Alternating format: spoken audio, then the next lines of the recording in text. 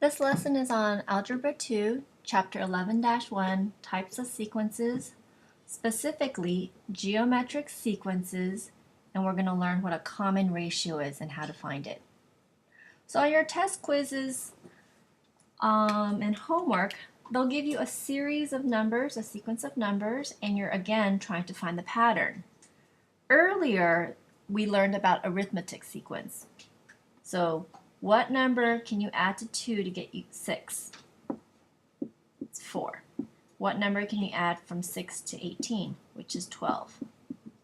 So you'll notice this is not an arithmetic sequence. It's not the same number. So we're going to learn about geometric sequences where this number is either multiplied or divided to get this number, and so forth. So in order to get 6, we had to multiply 2 times 3. In order to get 18, we had to multiply 6 times 3.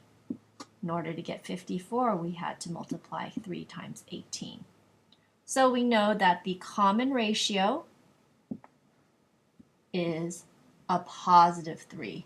Make sure you let us know that if it's a positive or a negative.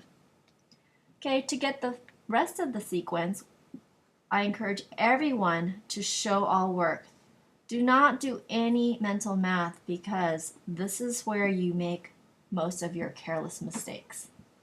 And this is usually the difference between an A student and a B student because of the careless mistakes. So show all work.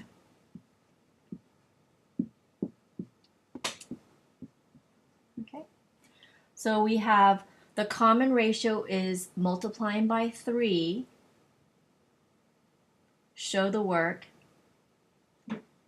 and you can continue your sequence. Let's look at this example. This one's a little different than this one in that the numbers start to decrease, and also it alternates between a positive and negative number. This question's actually a little harder. If we closely look at this, we realize that if we divide a -2 to 80, we can get -40. Or we can multiply it by a -1/2. So I'm going to continue on with the multiplying by -1/2. If we multiply this by -1/2, we get a negative times a negative is a positive 20.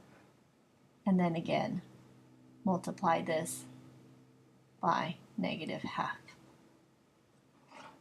So we have found that our common ratio is equal to -1/2. And show all work. So we take -10 times -1/2 gives us a positive 5.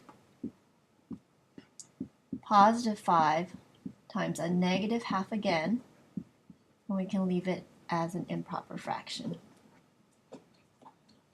If you choose to answer it in decimal form, that's okay as well. As long as you show your work, complete the sequence, and identify what the common ratio is, you will be fine. Okay, so our next section, we're going to be using some formulas to find the rest of these sequences.